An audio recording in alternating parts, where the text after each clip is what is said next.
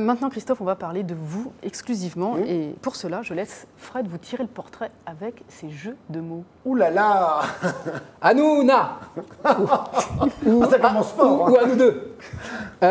Oui, Christophe Carrière, qui êtes-vous? Et je dois vous avouer, quand Charlotte m'a dit c'est super, on va faire carrière, je me suis dit, cette femme, à côté de moi, c'est Madame Irma. Mais quand j'ai compris qu'elle parlait de vous, je me suis senti comme un lapin dans les phares. Clap, contre-champ, chant, la focale qui s'étalonne, flashback, clap des dents, plan séquence, conséquence, panique, silence, on tourne, action, j'étais muet, pas une lumière à faire pâlir les frères, puis j'ai repris des couleurs. Ralenti, zoom avant, je me suis posé calmement cette phrase. Comment faire carrière sans égratigner la mienne? Oui, comment faire le portrait de ce journaliste, écrivain, critique de cinéma? Vous qui, à l'écrit, avez du cran et à l'écran poussez des cris. Vous qui n'êtes pas un adepte de la chaise vidéo. Vous qui êtes condamné au travelling forcé à vie, vous qui êtes vacciné des jeux de mots de Baba, comprenez que je ne savais plus à quel synchro me vouer. Alors, Christophe Carrière, qui êtes-vous? On va le savoir avec Charlotte. En tout cas, Christophe Carrière, merci d'être notre invité. Mais de rien, merci à vous pour ce portrait très cinéphile. Christophe Carrière, le grand public vous connaît grâce à votre rôle de chroniqueur dans Touche pas à mon poste, évidemment, avec Cyril Hanouna depuis 2010. Mais peu de gens savent effectivement que vous êtes d'abord critique de cinéma et grand reporter à l'Express. Quelles sont les raisons qui vous ont poussé à accepter ce rôle de chroniqueur à l'époque dans l'émission? Mais c'est parti très en détente, voilà, parce que je suis très ami en fait. Pour tout vous remonter, en fait, je joue au poker. Bon, ça, toujours. Ça, voilà, c'est ma deuxième passion après le cinéma. Et il se trouve que Cyril joue au poker aussi. Et qu'à l'époque, on s'est retrouvés autour d'une table. Il était associé à l'époque avec Virginie Foucault, la fille de Jean-Pierre, qui est productrice. Et les deux étaient en train de monter Touche pas à mon poste. Ils m'ont demandé si, je vous le dis texto tel qu'ils m'ont demandé, est-ce que ça te plairait d'ouvrir ta gueule sur la télé? Et vous avez dit quoi? Tous les jours, évidemment, il n'y a pas de problème. À l'époque, je ne savais pas que ce serait une quotidienne. Ouais. On ne savait pas, on est parti, voilà. Et puis voilà, et puis c'était sur France 4 et une hebdo. 7 ans après, vous êtes toujours motivé? 7 ans après, je suis toujours motivé, évidemment. Alors en plus, moi, ma chance, c'est que j'en fais pas énormément. J'en fais moins qu'il y a 5 ans, quand on est passé en quotidienne sur D8. Hein. Maintenant, c'est 8. Hein. Mais du coup, j'en fais 1, 2 par semaine. Donc ça va, je ne me lasse pas non plus, hein, c'est bien, hein, c'est tranquille. Mais finalement, votre ambition de départ, elle n'a pas bougé? Ah, pas du tout. Moi, franchement, on ne savait pas que ça allait prendre une telle ampleur, Touche pas à mon poste. On ne savait pas, ça nous a apporté quand même énormément de bien, franchement, parce que c'est sûr que les livres, bon, bah d'accord, il y a peut-être la plume et tout ça qui compte, mais la notoriété compte beaucoup quand même. Et le fait est que ça m'a permis, franchement, d'abord de rencontrer Michel Lafon, qui est quand même un éditeur merveilleux. Et donc voilà, ça s'est fait comme ça, quoi. On va parler dans quelques instants de cet ouvrage, Patrick Devers, L'Écorché, qui est la biographie du comédien qui s'est suicidé il y a 30 ans. Mais d'abord, j'aimerais me... 35 ans. Il est mort il y a 35 ans. D'abord, j'aimerais me concentrer sur vous. Oui. Christophe Carrière, parce que concentrez-vous autant que vous je me concentre sur vous. Vous avez fait publier il y a 2 ans Un père et passe, dont parlait tout à l'heure Fred. C'était largement inspiré de votre vie, vous l'avez dit. Vous révélez une enfance bafouée qui aurait pu vous tuer, une passion pour le cinéma qui vous a sauvé. Vous êtes un écorché, Christophe Carrière? J'étais un écorché, mais je ne le suis plus. Non, je suis enragé. Je suis pas écorché. Moi, je suis ce qu'on appelle, je suis comme Lola, la fille de Patrick Devers. Je suis ce qu'on appelle un résilient. Voilà, c'est-à-dire selon ce fameux concept qui fait que quoi qu'il nous arrive, on avance. Voilà, et on se dit que au bout du compte, c'est pas si grave, comme j'ai intitulé le 2e livre. Voilà. Mais c'est pourtant pas un hasard si vous avez porté votre intérêt justement sur Patrick Devers et que vous avez écrit sa biographie. Vous parlez de sa fille Lola Devers qui signe effectivement la préface du livre. Elle souligne votre bienveillance, la bienveillance qu'elle a sentie dans les lignes que vous avez écrites sur son père. Exactement, c'est ça. C'est pas un hasard. Non, c'est-à-dire que vous choisissez à un moment donné, vous choisissez soit vous êtes énervé, écorché, vous prenez un mauvais chemin et vous devenez à la limite délinquant, comme j'aurais pu le devenir, soit vous dites, c'est quand même plus simple, enfin moi je pars du principe qu'il est plus simple d'être bienveillant, quand même, et d'être, voilà, et de ne pas penser à mal, tout simplement. J'arrive pas à voir, c'est très rare quand je vois une personne sous un angle négatif. Voilà, là pour le coup, là, pour parler d'actualité, si vous voulez, par exemple, par rapport à Cyril, qui se prend disons-le, il se prend des sauts de merde là depuis plusieurs semaines, c'est incroyable. Je veux dire, je connais les défauts du bonhomme, franchement, mais je vois surtout ses qualités, je vois surtout sa générosité, je vois tout ce qu'il fait, Mais tout ça ce veut qu'il dire que fait vous de trouvez bien. que c'est disproportionné? Mais Les totalement. attaques qu'il subit sont disproportionnées? Mais c'est totalement disproportionné, c'est complètement dingue. C'est-à-dire, regardez la décision du CSA, elle est dingo, quoi. Je vous coupe parce qu'on a beaucoup de questions, on Oui. y reviendra sur Oui. beaucoup de questions d'internautes et il y a... C'est Cédric, je crois. Non, Anne. Anne, pardon. Ah oui, c'est Anne, hein, c'est écrit Anne. La dernière décision du CSA, suspension des pubs pour TPMP pour 3 semaines, est-elle suffisante? Ah, Mais c'est même trop. c'est trop. Évidemment que D'accord. c'est trop, non, c'est complètement dingue. Il y a eu un rapporteur indépendant, je veux dire, qui propose d'abord que le sketch avec, enfin le sketch, oui, avec Mathieu Delormeau, la caméra cachée, n'était pas, il ne collait pas d'amende, et il préconise pour cette bête histoire de Chabit, hein, disons-le, appelons-le comme ça, entre Cyril et Capucine, il préconise une amende de 50 000 €. Et là-dessus, la décision du CSA, c'est 3 semaines d'arrêt de pub, ce qui représente pour les uns, c'est 2 millions, pour les autres, c'est 5 millions. En tout cas, bref, c'est plusieurs millions d'euros, quoi. On n'est pas sur les 50 000 € préconisés. Donc, évidemment, c'est disproportionné. Enfin, c'est complètement dingue. Hein. C'est-à-dire que... Et ça, c'est la première décision. L'histoire du canular, entre guillemets, homophobe... Oui, il n'y a pas encore de décision du CSA. Il n'y a pas eu de décision C'est pas encore. Mais revenons sur votre livre. Parce Si on que suit la c'est- logique du ouais. CSA, d'ailleurs, la sanction devrait être encore plus importante. Mais ce qui, à mon sens, est totalement absurde. Parce que c'est toujours pareil. Pour reprendre la phrase de Desproges, qui fait date et qui est importante, on peut rire de tout, mais pas avec tout le monde. Donc, rire, alors peut-être que c'était déplacé, d'ailleurs il l'a reconnu, c'était une erreur, c'était une bêtise, voilà, mais Cyril en aucun cas n'est homophobe.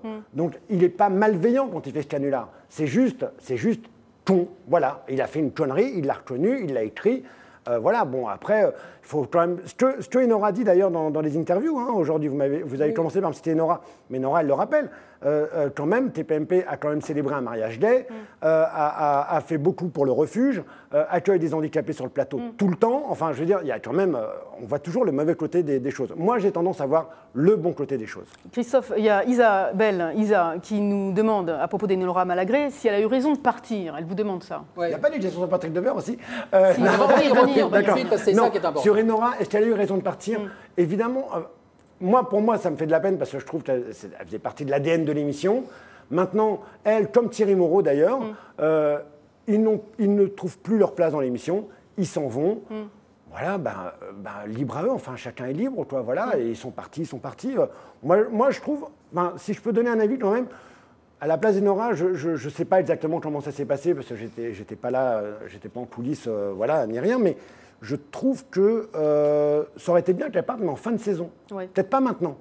En fin de saison, voilà, il n'y a plus que 7-8 émissions avec Cyril. Après, je crois que c'est Julien Courbet qui va reprendre. Mais voilà, moi, j'aurais été elle, je serais parti en fin de saison. Mais bon, voilà, après, c'est que mon avis. Hein. Vous avez donné votre avis sur TPMP. Oui. On referme cette parenthèse parce qu'on Que revient... j'assume pleinement, Mais je tiens à le complètement, dire. mais c'est bien, Voilà. c'est Non, très non, bien. Et non, merci d'ailleurs, là-dessus, Christophe. On revient On sur va Patrick revenir, Devers. on va Oui. revenir sur Patrick Oui. Devers parce que franchement, on a beaucoup aimé ce livre et c'est pour ça que vous êtes là. C'est pas que parce Exactement. que vous êtes chroniqueur à TPMP. On a beaucoup aimé ce livre. Il y a beaucoup de révélations, beaucoup de choses dedans. Et moi, j'ai une question tout de suite. C'est Patrick Devers, c'était qui? Patrick Devers, c'est un homme qui a subi, disons-le, parce que je le dis dès le début du livre, et c'est pas un suspense, et puis je n'avais pas envie de créer de suspense avec ça. Il a été abusé sexuellement, d'accord? Par qui? On s'en fout, la question n'est pas là. Parce que d'autant que... Non, on s'en fout, si, on s'en fout. J'ai pas envie, on va pas venir, d'ailleurs, Le responsable- c'est que ça met en cause encore, Voilà. il y a quand même... La personne est morte, c'est pour ça que je ne dis pas D'accord, qui ok. c'est. D'accord, La personne est d'accord. morte. Or, voilà, il y a de la famille et tout ça, j'ai pas envie, voilà, on n'avait pas... Mais non, mais le livre pas de n'est pas problème. là pour ça. C'est simplement pour dresser le portrait de Devers. Devers est un homme qui a subi un abus sexuel quand il était petit, quand il était jeune, à plusieurs reprises. Et je pense que c'est un trauma. À l'époque, c'était un truc dont personne ne parlait, évidemment. Bien sûr. C'est-à-dire, je vous parle en règle générale. C'est-à-dire tout ce qui était pédophilie, abus sexuel, on n'en parlait pas, quoi. Maintenant, on en parle plus, la parole est plus libérée, mais quand même, un enfant qui est abusé sexuellement, forcément, vous le déglinguez. Vous le déglinguez. Je Je veux dire, donc après, ça demande une thérapie, ça demande plein de choses, ce que n'a pas eu Patrick Devers. Donc il a traîné ça tout le temps. Votre ouvrage, justement, il est là pour dire une fois pour toutes les raisons de son suicide. Vous affirmez que ce ne sont pas les rôles sombres qui l'ont tué, c'est ce viol qu'il a subi dans l'enfance. Exactement. Ouais, c'est ça, parce que c'est important de le rappeler, parce que dans votre livre, vous l'expliquez très très bien. Lola Devers, qui, encore une fois, signe la préface, le rappelle d'entrée de jeu à l'ouverture du livre. Exactement, parce que je trouve que c'est trop facile de dire « Ah, il a fait série noire, ça l'a mis à terre, donc forcément, voilà, on l'a tiré vers le bas et tout ça. » Évidemment que ça n'a pas arrangé les choses. Mais ce n'est pas à cause de ça. C'est un ensemble de choses. Et cet ensemble de choses, il y a un truc à la base. Voilà. Et à la base, il y a cette enfance bafouée qui est, dont on ne se remet pas. Quoi.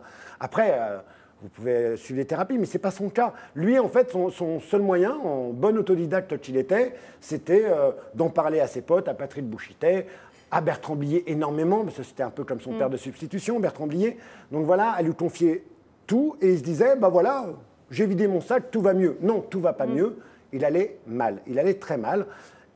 Après, comme je dis toujours, c'est horrible, mais c'est vrai que son mal-être, il en a fait un talent. Parce que, évidemment, quand on le voyait jouer, c'était incroyable. Bien sûr. Mais d'ailleurs, c'est toujours, comme on se disait avec Fred, une référence, un modèle. C'est ça, pour les générations de jeunes comédiens. Ça, il faut rendre à César ce qu'est à Bertrand Blier, à savoir, c'est les valseuses. À partir des valseuses, de toute façon, plus jamais, on ne jouera plus jamais comme avant. À l'époque des valseuses, les deux grosses stars, hormis évidemment Louis de Funès, que je mets de côté pour le registre comique, mais sinon c'est Belmondo, Delon. Belmondo, Delon se tirent la bourre, ils n'arrêtent pas. Hein, c'est vraiment les deux superstars du box-office. Ah, mais qui ont une manière de jouer bien à eux, qui est une manière de jouer ancienne, qui reprennent les Delon, qui reprennent les Gabin, les Ventura, etc. Voilà, c'est dans la lignée. Devers, Depardieu, c'est du jamais vu. C'est-à-dire qu'ils arrivent, ils jouent naturel. C'est du naturalisme à l'état pur. C'est-à-dire qu'on se dit, alors on croit que c'est facile, mais c'est super pas facile. Parce qu'il y en a plein qui s'y essayent après et qui vont pas y arriver. Mais ils créent un jeu qui est dirigé par Bertrand Blier et qui va totalement révolutionner la façon de jouer. Et aujourd'hui, vous prenez alors, il y a des acteurs comme Dujardin et tout ça qui se réfèrent à Belmondo, et ça se voit dans leur jeu. Mais vous prenez Duvauchel, Vincent Lindon, dont Lola Devers dit que c'est pour elle celui qui est le plus proche du jeu de son exactement. père. Je peux vous dire que le jour où j'ai dit ça à Vincent Lindon, je lui ai dit, écoute, Lola, elle trouve que c'est toi qui es le digne descendant de son père. Je peux vous dire que je lui ai fait son moi, voire son ami. C'est un super compliment, effectivement. Voilà. Dans ce bouquin qui est vraiment fantastique, on l'a dit, on retrouve évidemment des tas d'informations, des tas de détails sur les rapports que Patrick Devers entretenait avec Depardieu, par exemple, une forme de rivalité, avec Coluche également, et ces soirées dope où il ne se voyait probablement où il ne se voyait que pour ça. Et puis les rapports avec sa mère aussi, Mado Morin, qui a vraiment un rôle ambigu et probablement une responsabilité aussi dans sa mort. Bref, Lola, tout ça c'est bien sûr, elle n'a pas été là elle n'a pas été capable de le solver, c'est ce qu'elle dit. Christophe Carrière, on est obligé de s'arrêter parce que le temps file. Il y a plein d'internautes qui vous posent des questions. Je laisse Fred vous les poser. On les fait assez vite de façon à répondre à un maximum de gens. Est-ce que Estelle Denis joue bien au poker? Elle joue très très bien au poker. J'ai vu dans cet œil, je ne sais pas, c'était vrai ou c'était parce que ça fait comme ça? C'est vrai. Non, elle joue très très bien. Moi, elle me met ma dose. Enfin, c'est pas très dur de mettre ma dose, mais non, elle joue très très bien. Aujourd'hui, c'est le bac philo et il y a Sophie qui dit combien vous avez eu au bac philo? Alors, je n'ai pas passé mon bac. Qu'elle dise impair et passe, elle comprendra pourquoi. Donc voilà, mais j'aurais adoré passer mon bac. Qu'est-ce qu'on a encore comme question? Marc qui demande si un film vous a marqué dernièrement. Vous venez de sortir de projection presse. Est-ce que celui-ci ou d'autres? Ce qui m'a marqué dernièrement, alors, il y a un titre. Alors, bon, il y a trois films de Cannes. Allez, les trois. Les trois. Alors, il y a La Palme d'Or qui est quand même très très bien. Ça n'aurait pas été mon choix. Voilà, The Square, c'est pas mon choix. Mais c'est quand même un très bon film. 120 battements par minute de Romain Campillo qui sort le 23 août, qui est juste une bombe atomique. Et alors, l'autre bombe atomique, c'est le film avec Joaquin Phoenix, pour lequel il a eu le prix d'interprétation. Alors, je vous le dis en français, c'est « Tu n'es jamais là où on croit que tu es ». Alors, ils vont trouver un titre. Ils vont trouver un titre, voilà. Ça sort en septembre ou octobre. Et ça c'est un film de Lynn Ramsey qui est juste incroyable. C'est entre Drive et Taxi Driver. C'est pour vous dire, quand même, c'est bien. Eh bien, on suivra vos conseils. On ira au cinéma en août et en septembre voir ces films. Non, je sais. Les Ex, le 21 juin. Excellent film de Maurice Barthélémy. Ah, mais alors, c'est une comédie, mais alors, film français. Vous savez quoi? C'est notre Love Actually à nous. Eh ben, Eh ben, 21 non, juin mais 21 les juin, on y ex, va, allez, 21 hop. juin, Voilà. d'accord. Les Quel ex. comédien? Les comédiens? Oui, dans le Ah film. bah, Maurice Barthélémy, Jean-Paul Rouve, il y a une flopée, hein, c'est un film choral. Donc D'accord, voilà, un film Arnaud Ducret. choral et drôle, hein. Voilà, choral et drôle. Avec Eh des ben, personnages comme génial. ça. Merci beaucoup Christophe, j'espère que vous avez passé ce bon petit moment. Oui, Dans cette très interview, on rappelle le bouquin Patrick Devers, L'écorché, c'est aux éditions Michel Lafon et c'est à, on franchement, recommande vraiment Avec la chaudement. préface de Lola que je remercie. Mais franchement, super bien.